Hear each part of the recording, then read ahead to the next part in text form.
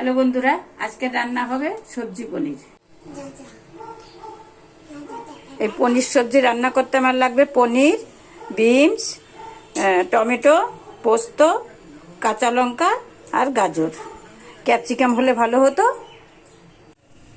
আর লাগবে দুধ আর কাজু কিশমিশ, গোটা গরম মশলা, তেজপাতা। এবার দিয়ে দিলাম অল্প তেল।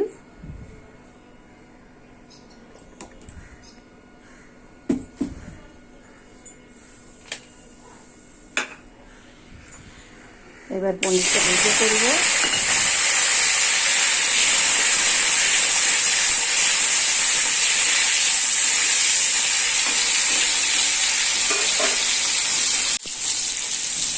এবার দেব আমি হালকা একটু সামান্য পরিমাণে লবণ।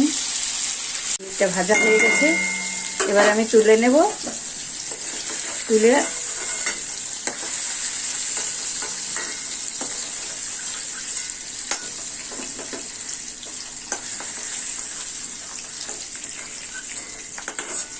এবার আমি একটু দুধ দিয়ে ভিজিয়ে রাখবো, তাহলে পনিরটা নরম থাকে, শক্ত হবে না। গরম দুধ দিয়ে ভিজিয়ে রাখলাম।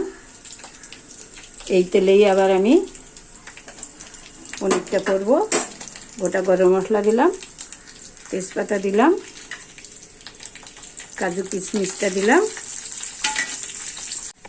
কাজু কিশমিশটা ভাজা হয়ে গেছে, এবার আমি তুলে নেব। এবার এই ভাজা গরম মশলাটা যে কাজু কিশমিশের সঙ্গে ভাজলাম, ওটা আমি এই দুধে ফেলে দিলাম যাতে গন্ধটা সুন্দর আসে। এবার আমি এটা এই তেলের মধ্যেই এটা দিয়ে একটু ভেজে তুলে রাখবো।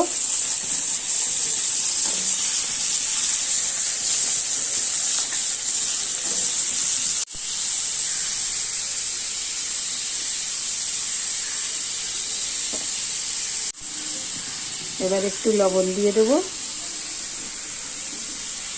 এই রান্নায় আমি হলুদ অ্যাড করব না।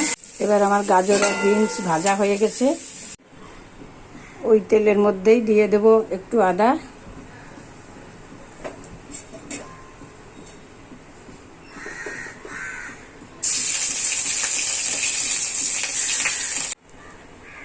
এবার যে পোস্ত বাটাটা ছিল, পোস্ত, লঙ্কা, ওটা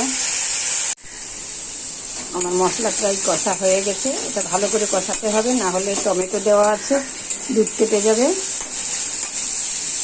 একদম একটুখানি গরম মশলা দেবো এখন।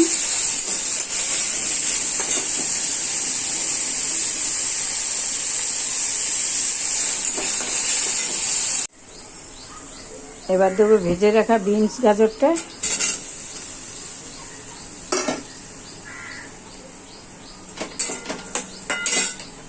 আমার সবজি কষা হয়ে গেছে।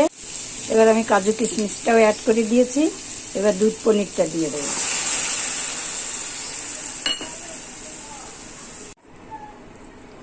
দুটো গোটা কাঁচা লঙ্কা দিয়ে দিলাম। নামানোর সময় একটু ঘি আর গরম মশলা দিলেই আমার রান্না কমপ্লিট। একটু চিনি দিয়ে দিচ্ছি। এটা মশলা কষার সময় কিংবা সবজি কষার সময় দিলে ভালো হতো, সেটা আমার খেয়াল ছিল না, এখন দিয়ে দিচ্ছি। এখন দিলেও কোনো অসুবিধা নাই। যেমন কিশমিশটা আমি কেন ভেজে দিই, ওটা দুধ থাকে তো, দুধটা তাহলে কেটে যাওয়ার ভয় থাকে না। কিশমিশটা খেতেও টেস্টি হয়। একটু ঘি দেব আর একটু গরম মশলা দেব। আমার রান্না কমপ্লিট হয়ে গেছে। আমি একটু নেড়ে চেড়ে নামিয়ে দেব। দেখো সবজির কালার, এই হলো আমার সবজি। এতে তোমরা চাইলে আলু অ্যাড করতে পারো, ক্যাপসিকাম অ্যাড করতে পারো। হ্যাঁ বন্ধুরা, আমার ভিডিও এই পর্যন্ত।